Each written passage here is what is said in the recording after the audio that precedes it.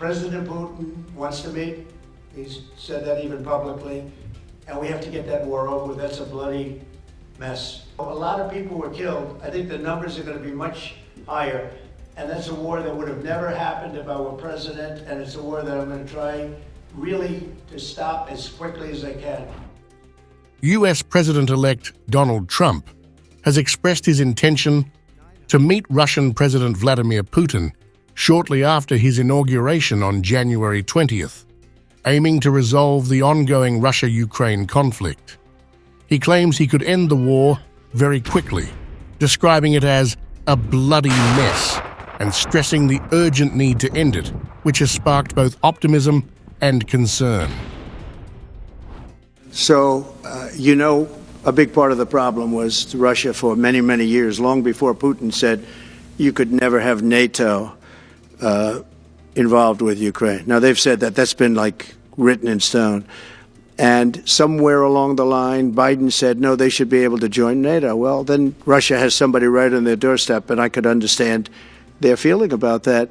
But there were a lot of mistakes made in that negotiation. And when I heard the way that Biden was negotiating, I said, you're going to end up in a war. And it turned out to be a very bad war. And it could escalate. That war could escalate to be much worse than it is right now. They can never join NATO. Well, my view is that it was always understood. In fact, I believe that they had a deal, and then Biden broke it. They had a deal which would have been a satisfactory deal to Ukraine and everybody else, but that Biden said, no, you have to be able to join NATO. Trump's remarks have raised alarms within the Biden administration. U.S. officials, including Defense Secretary Lloyd Austin, warned that reducing military support to Ukraine could embolden Russia and lead to further instability, provoking more aggression that would destabilize Ukraine and the international community.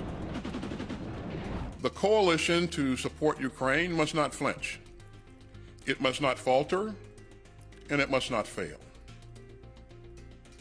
Ukraine's survival is on the line, but so is all of our security. Trump's skepticism toward U.S. involvement in Ukraine has led some to believe his presidency could shift the U.S. stance, reducing military aid and diplomatic pressure on Russia. This has left many wondering whether his diplomatic approach would ultimately benefit Ukraine or align more with Russian interests. I think we would be very wise to put some lid on this and focus on the business at hand. And the business at hand is to make sure that Ukraine has what it needs to prevent Putin from winning and for Ukraine to prevail. That is our ambition. That's what we need to achieve because our values are at stake, but also it has a direct connection to our own security and safety going forward. Russia has welcomed Trump's desire for dialogue with Putin. Kremlin spokesperson Dmitry Peskov reiterated Putin's openness to talks with no preconditions for a meeting and emphasized the need for political dialogue to resolve the conflict.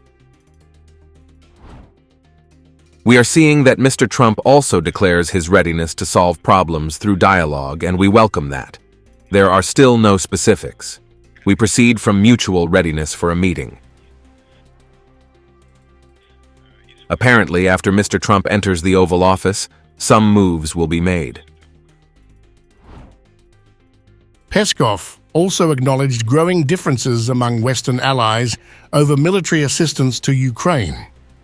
In response to Biden administration criticism of Trump's approach, Peskov suggested Russia is aware of efforts to leave a difficult legacy for Trump, including the possibility of new sanctions, which could further complicate U.S.-Russia relations.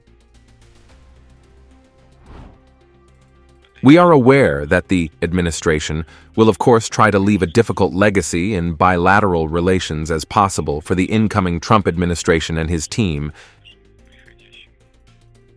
And in line with these efforts, it's quite possible that another round of sanctions against Russia could be introduced.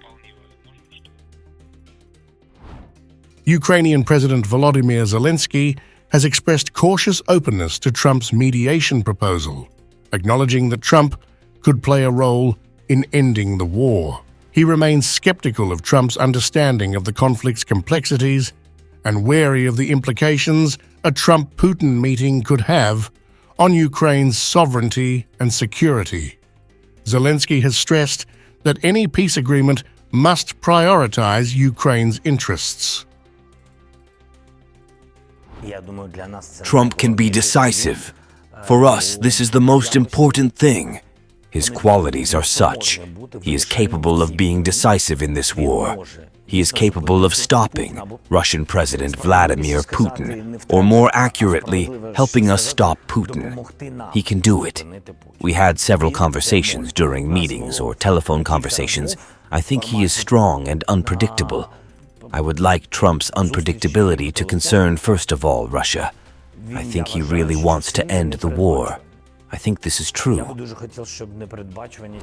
Defense Secretary Lloyd Austin has warned that reducing U.S. military support to Ukraine could have disastrous consequences. At a recent meeting at Ramstein Air Base, he emphasized the importance of continued support to ensure Ukraine's survival and global security, urging the international coalition to remain steadfast. And so this coalition must continue to stand foursquare with Ukraine and to strengthen Ukraine's hand for the negotiations that will someday bring Putin's monstrous war to a close. Now, that road is challenging, but all the alternatives are far worse. No responsible leader would let Putin have his way. It's up to the future administration to make their own decisions. We want to make sure that we've done everything we can to ensure that, we're continuing to support, to provide, and they have the options to go in whatever direction they want to go in. The uncertainty surrounding Trump's foreign policy has left NATO allies and U.S. military officials on edge. While Trump's desire to end the conflict quickly may present an opportunity for peace, his stance on reducing military support has caused concern among those committed to Ukraine's defense.